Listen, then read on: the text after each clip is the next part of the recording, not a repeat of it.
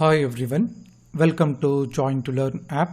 ಇವತ್ತಿನ ಒಂದು ಸೆಷನ್ನಲ್ಲಿ ಕೃಷಿ ಅಧಿಕಾರಿ ಮತ್ತು ಸಹಾಯಕ ಕೃಷಿ ಅಧಿಕಾರಿ ಹುದ್ದೆಗಳ ಪರೀಕ್ಷಾ ತಯಾರಿ 2025 ಇದರ ಭಾಗವಾಗಿ ಕೃಷಿ ವಿಷಯಕ್ಕೆ ಸಂಬಂಧಪಟ್ಟಂತೆ ಪ್ರಮುಖ ಪ್ರಶ್ನೆಗಳನ್ನು ಕ್ಲಾಸ್ 2ನಲ್ಲಿ ಚರ್ಚೆ ಮಾಡ್ತಾ ಹೋಗೋಣ. ಕ್ಲಾಸನ್ನು ಸ್ಟಾರ್ಟ್ ಮಾಡೋಕ್ಕಿಂತ ಮುಂಚೆ ಒಂದು ಸ್ಮಾಲ್ ಮತ್ತು ಇಂಪಾರ್ಟೆಂಟ್ ಇನ್ಫಾರ್ಮೇಷನ್ ಇದೆ. ನೀವೇನಾದರೂ ಎಒ ಮತ್ತು ಡಬಲ್ ಎಒ ಕೃಷಿ ಅಧಿಕಾರಿ ಮತ್ತು ಸಹಾಯಕ ಕೃಷಿ ಅಧಿಕಾರಿ ಹುದ್ದೆಗಳಿಗೆ ತಯಾರಿಯನ್ನು ಮಾಡ್ತಾ ಇದ್ರೆ ನಿಮ್ಮ ಪ್ರಿಪ್ರೇಷನನ್ನು ಮನೆಯಿಂದಲೇ ಮಾಡ್ಬೋದು. ಜಾಯಿನ್ ಟು ಲರ್ನ್ ಆ್ಯಪ್ನಲ್ಲಿ ಈ ಒಂದು ಕೋರ್ಸ್ ಇರುತ್ತೆ ಎಒ ಮತ್ತು ಡಬಲ್ ಎಒಗೆ. ಈ ಒಂದು ಕೋರ್ಸ್ ಮೂಲಕ ತಮ್ಮ ಪ್ರಿಪ್ರೇಷನನ್ನು ಮನೆಯಿಂದ ಬಹಳಷ್ಟು ಒಂದು ವಿಸ್ತಾರವಾಗಿ ಮಾಡ್ಬೋದು. ಒಂದು ಸಲ ಆ್ಯಪನ್ನು ಡೌನ್ಲೋಡ್ ಮಾಡಿಕೊಂಡು ಕೋರ್ಸನ್ನು ಚೆಕ್ ಮಾಡಿ ಅಂತ ಹೇಳ್ತಾ ಪ್ರಥಮ ಪ್ರಶ್ನೆಯನ್ನು ನೋಡೋಣ. Consider the following statements about farm management. Consider the following statements about farm management. First statement ನೋಡೋಣ. Farm management is concerned with resource allocation at the micro means farm level. ಎರಡನೇ statement, it deals with the theory of farm in agriculture and decision making by farmers. Third statement ನೋಡೋಣ. Farm management and agricultural economics are identical fields without any distinction. Which of the above statements are correct ಅಂತ ಪ್ರಶ್ನೆ. ಸರಿಯಾದ ಉತ್ತರ ಆಯ್ಕೆ ಒಂದಾಗುತ್ತೆ. ಎರಡು ಸ್ಟೇಟ್ಮೆಂಟ್ಗಳು correct ಆಗುತ್ತೆ, statement 1 and statement 2. Farm management ಅನ್ನೋದೇನಿದೆ ಕನ್ಸರ್ನ್ಡ್ ವಿತ್ ರಿಸೋರ್ಸ್ ಅಲೋಕೇಶನ್, ಸಂಪನ್ಮೂಲಗಳನ್ನು ಅಲೋಕೇಟ್ ಮಾಡೋದು, ಸಂಪನ್ಮೂಲಗಳನ್ನು ಏನು ಬೇಕಾಗುತ್ತೆ ಅದನ್ನು ಒದಗಿಸೋದು at the micro level. It deals with the theory of farm in agriculture and decision making by farmers. So 1 ಮತ್ತು 2 ಸ್ಟೇಟ್ಮೆಂಟ್ಗಳು ಕರೆಕ್ಟ್ ಆಗುತ್ತೆ. Farm management is a branch of agricultural economics that focuses ಯಾವುದ್ರ ಮೇಲೆ ಫೋಕಸ್ ಮಾಡುತ್ತೆ on the individual farm unit, analysing how to allocate resources like land ಇರ್ಬೋದು, labour, capital for maximum profit. ಅಂದರೆ ಒಂದು piece of ಲ್ಯಾಂಡ್ಗೆ ಅಥವಾ form ಯೂನಿಟ್ಗೆ ರಿಸೋರ್ಸಸ್ಸನ್ನು ಯಾವ ರೀತಿ ನಾವು ಒದಗಿಸೋದು, ಅಲೋಕೇಟ್ ಯಾವ ರೀತಿ ಮಾಡೋದು, ಲ್ಯಾಂಡ್ ರಿಸೋರ್ಸ್ ಇರ್ಬೋದು, ಲೇಬರ್ ಇರ್ಬೋದು, ಕ್ಯಾಪಿಟಲ್ ಇರ್ಬೋದು, to get a maximum profit. It applies the theory of firm in agriculture, emphasizing decision making under a risk and uncertainty. However, it is not identical to agricultural economics, which has a wider scope. So, only 1 and 2 statements are correct. Statement 3 is incorrect. So, ಮುಂದಿನ ಪ್ರಶ್ನೆಯನ್ನು ನೋಡೋಣ. Who is regarded as the father of agricultural economics in India? ಆಯ್ಕೆಗಳು MS Swaminathan, VT Krishnamachari, VT Raju, Chintamani Deshmukh. ಸರಿಯಾದ ಉತ್ತರ ಆಯ್ಕೆ 2 ಆಗುತ್ತೆ. VT Krishnamachari ಇವ್ರಿಗೇನಂತ ಕರೀತಾರೆ, father of agricultural economics in India ಅಂತ ಹೇಳಿ ಕರೀತಾರೆ, VT Krishnamachari. So MS Swaminathan father of green revolution in India, green revolution ಅಂತ ಹೇಳಿ ಕರೀತಾರೆ, ಹಸಿರು ಕ್ರಾಂತಿಯ ಪಿತಾಮಹ ಅಂತ ಹೇಳಿ. Coming to the point, VT Krishnamachari father of agricultural economics in India due to his pioneering work. Pioneering work ಅಂತಂದರೆ ಮೊದಲು ಅವರು ಈ ಒಂದು ಫೀಲ್ಡ್ನಲ್ಲಿ ಕೆಲಸ ಮಾಡ್ತಾರೆ. Pioneering work in agricultural planning and rural development, ಗ್ರಾಮೀಣ ಅಭಿವೃದ್ಧಿ ಮತ್ತು ಕೃಷಿಗೆ ಸಂಬಂಧಪಟ್ಟಂತಹ ಯೋಜನೆಗಳ ಮೇಲೆ ಕೆಲಸ ಮಾಡ್ತಾರೆ. Agricultural economics deals with the allocation of scarce resources in farming and rural sector. His contributions helped in designing policies for agricultural credit, cooperative movement and land reforms. So VT Krishnamachari ಅವರ ಕಾಂಟ್ರಿಬ್ಯೂಷನ್ಸ್ ಏನಿದೆ ಯಾವುದಕ್ಕೆ help ಮಾಡ್ತು? So decision making with respect to agricultural policies, cooperative movement and land reforms. Agricultural economics has grown as a specialized discipline influencing national economic policies. Thus, he holds a central place in Indian agricultural economics history. So, to the point ಹೇಳಬೇಕು ಅಂತಂದರೆ VT Krishnamachari ಅವರ contribution ಏನೇನಿದೆ agricultural sector, rural development, policy making, ಹಾಗಾಗಿ ಅವರಿಗೆ father of agricultural economics ಅಂತ ಹೇಳಿ ಕರೀತಾರೆ. ಮುಂದಿನ ಪ್ರಶ್ನೆಯನ್ನು ನೋಡೋಣ. Which law explains the relationship between input and output in agriculture? ಅಗ್ರಿಕಲ್ಚರ್ನಲ್ಲಿ ಯಾವ ಲಾ ಇನ್ಪುಟ್ ಆ್ಯಂಡ್ ಔಟ್ಪುಟ್ಗಳ ನಡುವಿನ ಒಂದು ರಿಲೇಶನ್ಶಿಪ್ ಬಗ್ಗೆ ಎಕ್ಸ್ಪ್ಲೈನ್ ಮಾಡುತ್ತೆ? ಆಯ್ಕೆಗಳು: law of diminishing return, law of equi marginal utility, law of demand, Engel's law. ಸರಿಯಾದ ಉತ್ತರ ಆಯ್ಕೆ ಒಂದಾಗುತ್ತೆ. ಲಾ ಆಫ್ ಡಿಮಿನಿಷಿಂಗ್ ರಿಟರ್ನ್ ಏನಿದೆ ಇದು ಅಗ್ರಿಕಲ್ಚರ್ನಲ್ಲಿ ಇನ್ಪುಟ್ ಮತ್ತು ಔಟ್ಪುಟ್ಗಳ ನಡುವಿನ ರಿಲೇಶನ್ಶಿಪ್ ಬಗ್ಗೆ ಎಕ್ಸ್ಪ್ಲೈನ್ ಮಾಡುತ್ತೆ. The law of diminishing returns states that ಏನು ಹೇಳುತ್ತೆ ಅಂತ ಕೇಳಿದ್ರೆ, as more units of a variable input like labour or fertiliser are applied to a fixed input like land, the marginal output initially rises but eventually falls. ಅರ್ಥ ಮಾಡ್ಕೊಳ್ಳಿ, ಲಾ of diminishing returns ಏನು ಹೇಳುತ್ತೆ ಅಂತ ಕೇಳಿದ್ರೆ, as more units of a variable input. Variable input ಯಾವ್ದ್ಯಾವುದು? Labour, fertiliser ಇವೆಲ್ಲವೂ ಕೂಡ variable input. ಇಂತಹ ವೇರಿಯಬಲ್ ಇನ್ಪುಟ್ಟನ್ನು ನಾವು ಜಾಸ್ತಿ ಅಪ್ಲೈ ಮಾಡಿದ್ರೆ ಯಾವುದಕ್ಕೆ? ಫಿಕ್ಸ್ಡ್ ಇನ್ಪುಟ್ಗೆ. ಎಕ್ಸಾಂಪಲ್ ಲ್ಯಾಂಡ್ಗೆ. ಲೇಬರ್ ಮತ್ತು ಫರ್ಟಿಲೈಸರ್ ಅನ್ನೋದು ವೇರಿಯಬಲ್ ಇನ್ಪುಟ್. ಎಲ್ಲಿ ಅಪ್ಲೈ ಮಾಡ್ತೀವಿ? Fixed input. ಯಾವುದು? ಲ್ಯಾಂಡ್. ಅದು ಫಿಕ್ಸ್ಡ್ ಇನ್ಪುಟ್. ಅದ್ರ ಮೇಲೆ ಅಪ್ಲೈ ಮಾಡಿದಾಗ ಮಾರ್ಜಿನಲ್ ಔಟ್ಪುಟ್ ಏನು ಬರುತ್ತೆ? ಇನಿಷಿಯಲ್ನಲ್ಲಿ ಜಾಸ್ತಿ ಇರುತ್ತೆ, ರೈಸ್ ಇರುತ್ತೆ, ಬಟ್ ಇವೆನ್ಚುಯಲಿ ಬರ್ತಾ ಬರ್ತಾ ಅದು ಬಿದ್ದು ಹೋಗುತ್ತೆ, ಫಾಲ್ ಆಗುತ್ತೆ ಅಂತ ಹೇಳಿ ಲಾ ಆಫ್ ಡಿಮಿನಿಷಿಂಗ್ ರಿಟರ್ನ್ ಹೇಳುತ್ತೆ.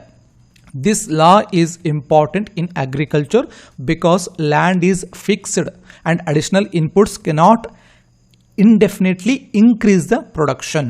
So farmers experience diminishing yield beyond a point when they overuse input. ಒಂದು ಪಾಯಿಂಟ್ ಆದಮೇಲೆ ಫಾರ್ಮರ್ಸ್ ಏನು ಫೇಸ್ ಮಾಡ್ತಾರೆ, ಏನು ಎಕ್ಸ್ಪೀರಿಯನ್ಸ್ ಮಾಡ್ತಾರೆ ಅಂತ ಕೇಳಿದ್ರೆ, ಡಿಮಿನಿಷಿಂಗ್ yield ಕಮ್ಮಿ ಆಗ್ತಾ ಬರುತ್ತೆ beyond a point when they overuse inputs.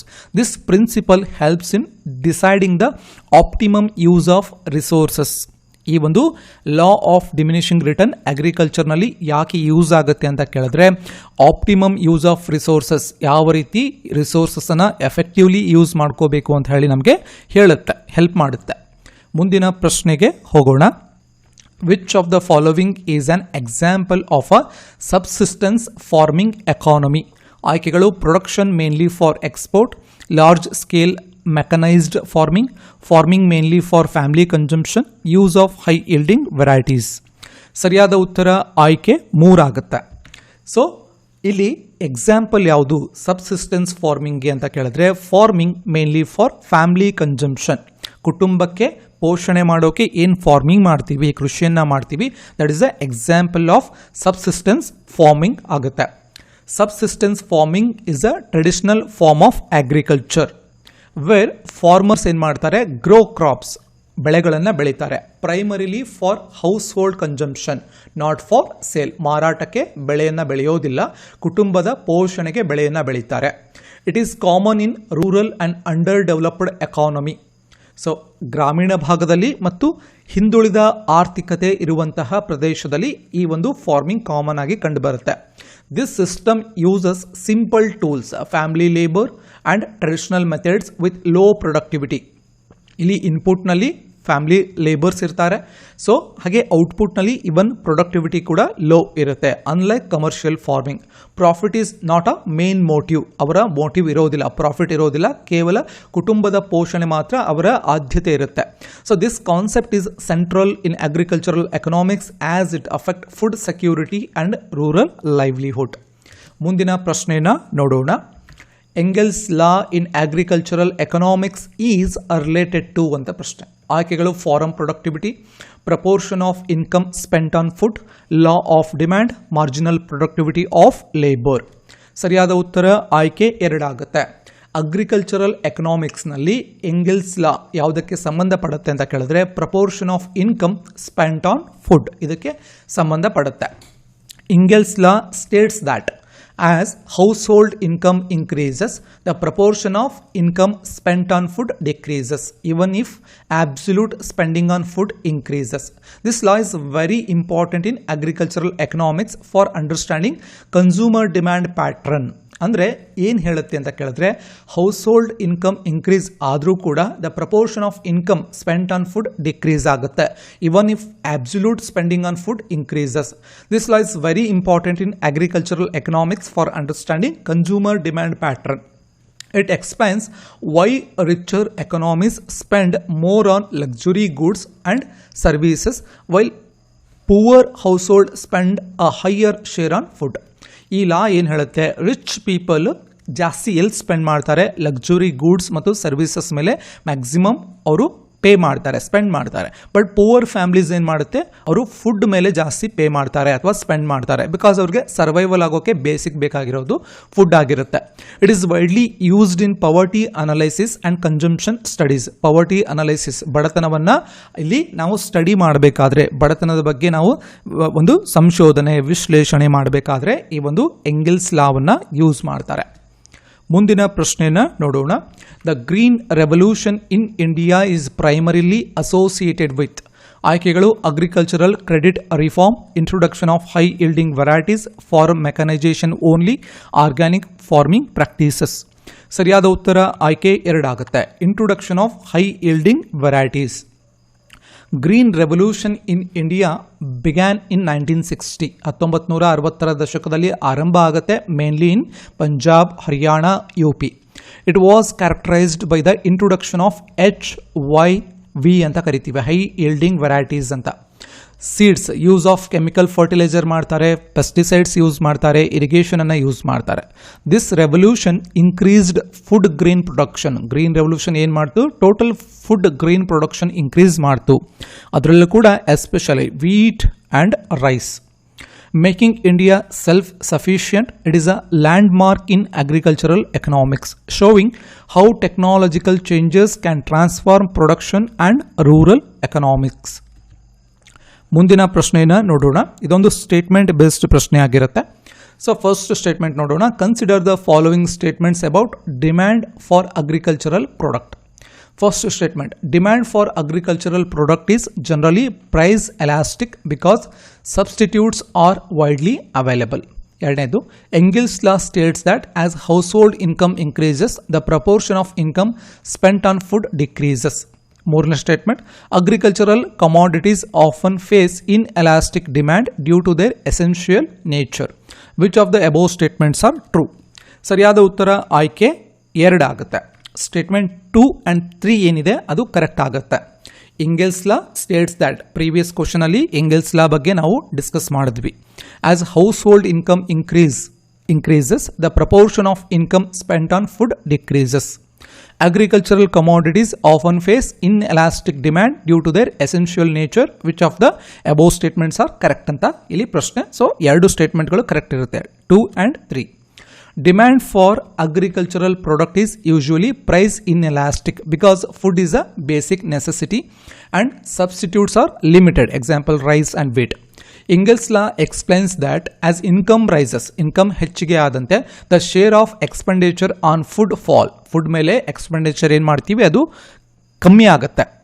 Though absolute food consumption may rise, hence statement 1 is wrong, while statement 2 and 3 are correct. This concept is vital in agricultural economics for policy making, price stabilization and food security planning. So ಮುಂದಿನ ಪ್ರಶ್ನೆಯನ್ನು ನೋಡೋಣ. Match the following type ಪ್ರಶ್ನೆ ಇದೆ. Match the following economist with their contribution in agricultural economics. ಲಿಸ್ಟ್ನಲ್ಲಿ ಎಕನಾಮಿಸ್ಟನ್ನು ಕೊಟ್ಟಿದ್ದಾರೆ, list 1ನಲ್ಲಿ.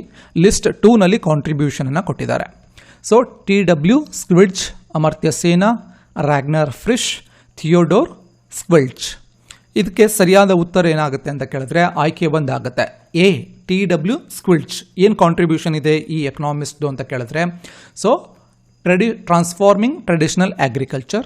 ಹಾಗೆ ಅಮರ್ತ್ಯ ಸೇನಾ, ಸೊ ಆಪ್ಷನ್ 2 ಆಗುತ್ತೆ. ಕೆಪಾಬಿಲಿಟಿ ಅಪ್ರೋಚ್ ಇನ್ ವೆಲ್ಫೇರ್ ಎಕನಾಮಿಕ್ಸ್. ಹಾಗೆ ರ್ಯಾಗ್ನರ್ ಫ್ರಿಚ್ ಕಾಯಿನ್ಡ್ ದ ಟರ್ಮ್ ಎಕನಾಮೆಟ್ರಿಕ್ಸ್. ಹಾಗೆ ಥಿಯೋಡೋರ್, ಇವರ ಕಾಂಟ್ರಿಬ್ಯೂಷನ್ ಇರೋದು agricultural development and human capital. So ಆಯ್ಕೆ 1 ಸರಿಯಾದ ಉತ್ತರ ಆಗುತ್ತೆ.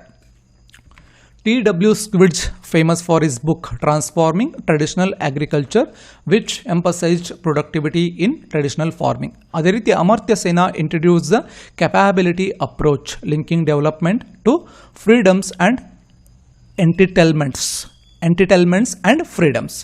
Ragnar Fritsch coined econometrics, integrating mathematics with economics. ಹಾಗೆ Theodore Squibbs worked extensively on human capital and agricultural development, earning the Nobel Prize in Economics. ಮುಂದಿನ ಪ್ರಶ್ನೆಯನ್ನು ನೋಡೋಣ. ಇದು ಕೂಡ ಮ್ಯಾಚ್ ದ ಫಾಲೋವಿಂಗ್ ಪ್ರಶ್ನೆ ಇದೆ. Match the following concept with their correct definition in agricultural economics. Opportunity cost, marginal utility, Engel's law of diminishing return. ಇಲ್ಲಿ ಸರಿಯಾದ ಉತ್ತರ ಆಯ್ಕೆ ಒಂದಾಗುತ್ತೆ. ಫಸ್ಟ್ ಬರೋದು ಯಾವುದು? Opportunity cost. So cost of the next best alternative ಫಾರ್ಗಾನ್.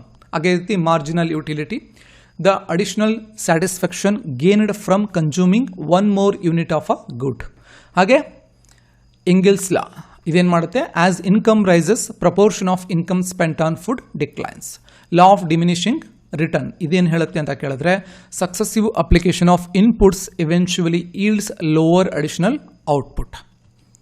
In agricultural economics, opportunity cost refer to the value of the next best alternative foregone when making choices. Again, marginal utility describes the extra satisfaction from consuming an additional unit of a product, essential on consumer behavior. Engels' law states that with rising income, the proportion spent on food decreases, though total food expenditure may still rise. Law of diminishing returns applies in farming, where after a point adding more fertilizer or labor yields a progressively smaller increase in output. So ಮುಂದಿನ ಪ್ರಶ್ನೆಯನ್ನು ನೋಡೋಣ. Which of the following are considered as major objectives of agricultural economics? Efficient allocation of scarce resources, maximization of farm income and productivity, ensuring food security and stability in farm price, all of the above. ಸರಿಯಾದ ಉತ್ತರ ಆಯ್ಕೆ 4 ಆಗುತ್ತೆ. Agricultural economics focuses on applying economic principle to agriculture in order to manage scarce resources efficiently. It studies how farmers can maximize productivity and income through optimal resource allocation. It also emphasizes national level goals like ensuring food security, price stability and sustainable development. Since all listed objectives are interlinked, agricultural economics covers them comprehensively, hence all of the above is the correct choice. So ಇಲ್ಲಿ agricultural ಎಕನಾಮಿಕ್ಸ್ಗೆ ಸಂಬಂಧಪಟ್ಟಂತೆ ಎಲ್ಲ options ಏನೇನಿದೆ, option 3 ಏನೇನಿದೆ, efficient allocation of scarce resources, maximization of farm income and productivity, ensuring food security and stability in farm prices. So 3 ಕೂಡ correct ಇರೋದ್ರಿಂದ all of the above is a right choice ಆಗುತ್ತೆ. So ಇವಿಷ್ಟು ಇವತ್ತಿನ ಕ್ಲಾಸ್ನ discussion plus information ಆಗಿರುತ್ತೆ. ಇವತ್ತು ನಾವು mainly agricultural ಎಕನಾಮಿಕ್ಸ್ಗೆ ಸಂಬಂಧಪಟ್ಟಂತಹ ಮ್ಯಾಕ್ಸಿಮಮ್ ಪ್ರಶ್ನೆಗಳನ್ನು ಇವತ್ತಿನ ಸೆಷನಲ್ಲಿ ನೋಡಿದ್ದೀವಿ. ಇದರ ಬಗ್ಗೆ ತಮಗೆ ಏನಾದರೂ ಕ್ವಶನ್ಸ್ ಇತ್ತು ಅಂತಂದರೆ ಕೆಳಗಡೆ ಕಾಮೆಂಟ್ ಸೆಕ್ಷನಲ್ಲಿ ಕಾಮೆಂಟ್ ಮಾಡ್ಬೋದು, ಮತ್ತು ಕ್ಲಾಸ್ ಬಗ್ಗೆ ತಮ್ಮ ಒಪಿನಿಯನನ್ನು ಕೂಡ ಕೆಳಗಡೆ ಕಾಮೆಂಟ್ ಮಾಡ್ಬೋದು. ಹಾಗೆ ಜಾಯಿಂಟ್ ಟು ಲರ್ನ್ ಆ್ಯಪ್ನಲ್ಲಿ AO ಮತ್ತು AOಗೆ ಒಂದು ಕೋರ್ಸ್ ಇರುತ್ತೆ. ಈ ಒಂದು ಕೋರ್ಸ್ ಮೂಲಕ ತಮ್ಮ ಪ್ರಿಪ್ರೇಷನನ್ನು ಮನೆಯಲ್ಲಿ ಕೂತ್ಕೊಂಡೇ ಮಾಡ್ಬೋದು. ಕ್ಲಾಸಸ್, ನೋಟ್ಸ್, ಟೆಸ್ಟ್ ಸಿರೀಸ್ಗಳು ಲಭ್ಯವಿರುತ್ತೆ. ಒಂದ್ಸಲ ಆ್ಯಪನ್ನು ಡೌನ್ಲೋಡ್ ಮಾಡಿಕೊಂಡು ಈ ಒಂದು ಕೋರ್ಸನ್ನು ಚೆಕ್ ಮಾಡಿ ಅಂತ ಹೇಳ್ತಾ ಮತ್ತೆ ಮುಂದಿನ ಸೆಷನ್ನಲ್ಲಿ ಮತ್ತೊಂದು ವಿಷಯದ ಕುರಿತು ಮಾತನಾಡೋಣ. ಧನ್ಯವಾದಗಳು.